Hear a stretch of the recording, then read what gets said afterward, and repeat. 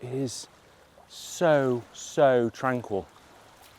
And what I want to try and do in a photo is try and represent that, but I think it's going to be difficult because I just don't think any photo can represent just how beautiful it is here at the moment.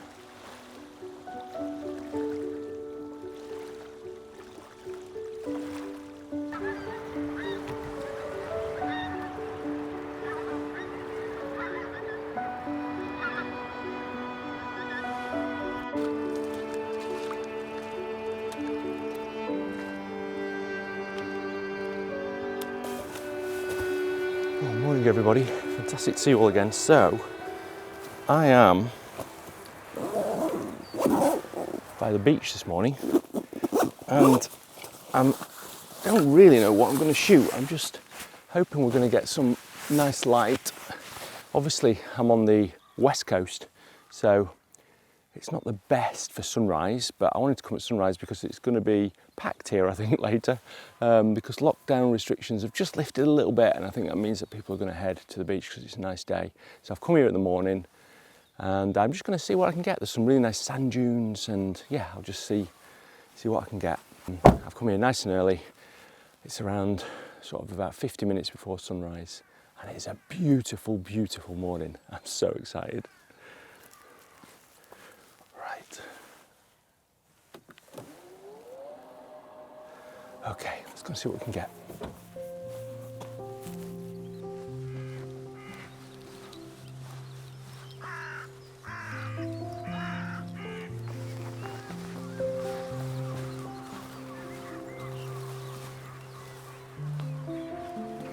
So, the good news is that it just happens to be at the moment that it's low tide, and that means that I'm hopefully going to be able to get some nice patterns in the water because it's quite a high spring tide at the moment. So I think at lunchtime today it's up really close to the sand dunes. So I'm hopefully going to be able to explore some of the sand dunes, maybe get some sort of abstracted shots here and then go and get some shots down by the water.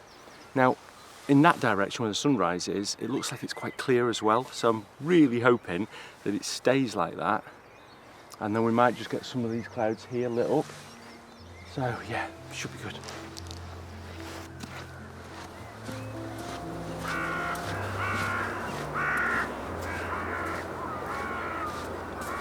So I'm really liking some of these sort of puddles that have been left by the tide as it came in and came back out.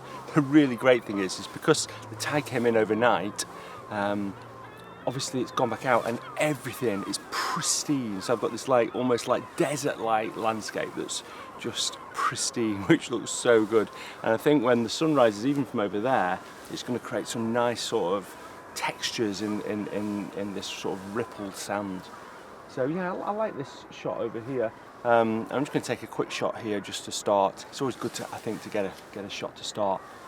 And the sky looks amazing as well, so I think I've hit a bit of a jackpot here. Woo-hoo.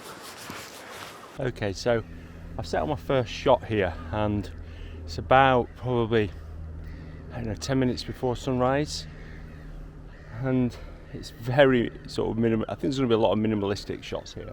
But basically, what you can see is there's sort of this big sort of area of water here, and then there's a bit of sand, and on the right hand side there's sort of a line that leads down. Now I might just have to tweak my tripod left or right, because depending on where I put it will depend on whether that line is straight down, up and down the picture, or maybe at a slight diagonal.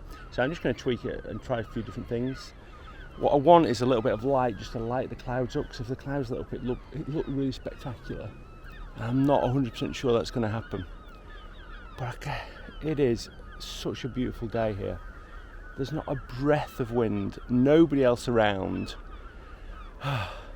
So amazing. It doesn't get better than this. I've said that for a while, but it doesn't.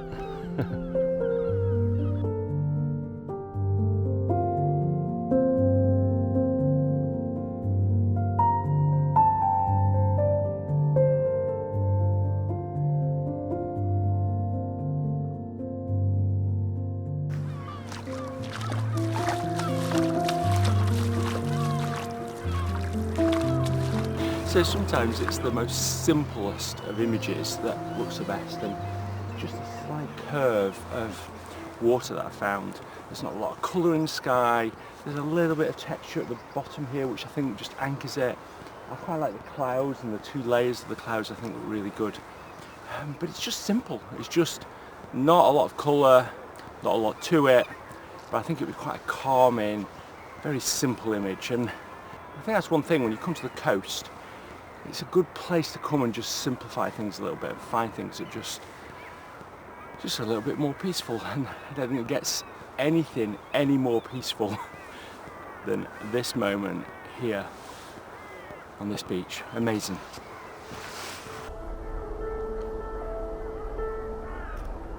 We may have it all,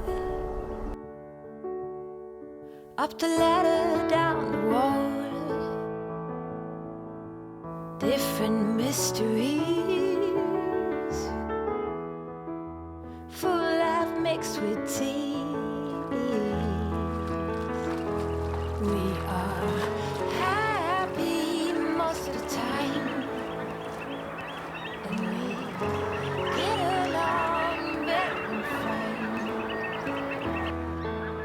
Left and right we praise. So I've walked about, I don't know, half a mile out towards the incoming tide, and I'm always being a little bit careful, making sure I can't get trapped, but you can see the sun's looking pretty amazing now. So I've sort of lined up a composition with this amazing sand here, a little bit of a curve from one of the sort of estuaries that's running back out to sea. It's as simple as that. Just 24mm f10. Boom. This is amazing. Okay, I better get the shot. I'll talk about it in a little bit more detail, but the light's just getting amazing now. Oh, the light's just getting better and better. I'll show you what I've got here. So basically, I've gone low, so it makes a big difference when you just go a bit lower. If you just sort of come down with me, you can see that as I go lower here, you see how that changes the whole look of the whole scene. And basically I've got this S-curve in here. Can't beat an S-curve. It is so spectacular. Oh my word. This is just amazing. So I've got this S-curve in, and I've actually, because I've not got my super wide angle lens, I'm just using my 24mm lens, and I'm doing a vertical pano, so keeping it 24 landscape and then just taking 3 shots pano, and that will allow me to just get a little bit more of a wide angle look on it. I'll probably drop it down to about 18mm. Right, I need to keep taking these shots because it's getting better and better. Oh, look at this. You scare away them fears. Together we know how to be more than our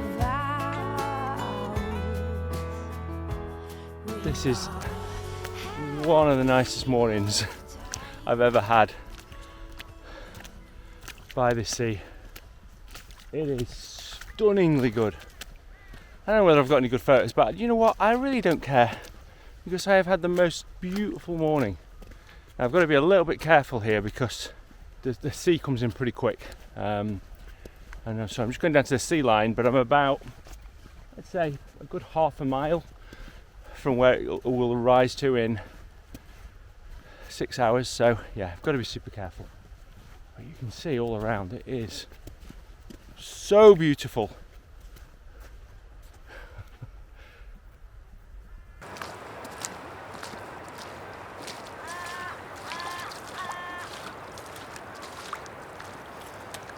This is just peaceful.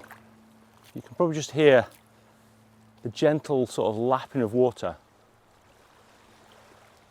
It is so tranquil. And what I want to try and do in a photo is try and represent that, but I think it's going to be difficult because I just don't think any photo can represent just how beautiful it is here at the moment. But I'm going to try shooting one sort of vertical down here and see what I get. I'm going to have to go into the water with my tripod. Oh, this is unbelievable.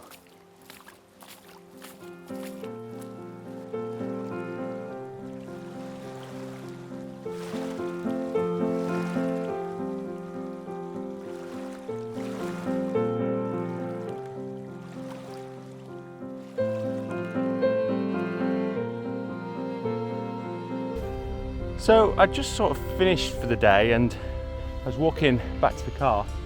I just noticed this really nice sort of blue sky, sort of dried out sand that you can just see up here, and then wetter sand going down to this, I suppose, estuary. I think it makes a really, really simple but quite powerful composition, and it's a one time that blue sky works really well. Where you've got orange and blue, I think they're a really nice combination. So I'm going to take this in portrait and landscape. I think it's going to work out pretty good. Nothing to it really, just take the shot. I'll show you in a sec.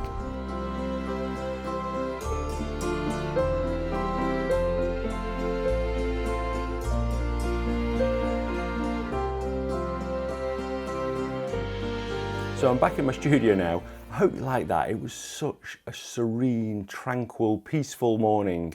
And it was one of those mornings that you just didn't care whether you got good photos or not, because it was just beautiful to be out and just no people there, which is why I love shooting sunrises, especially as you get towards the summer, because you never see anybody.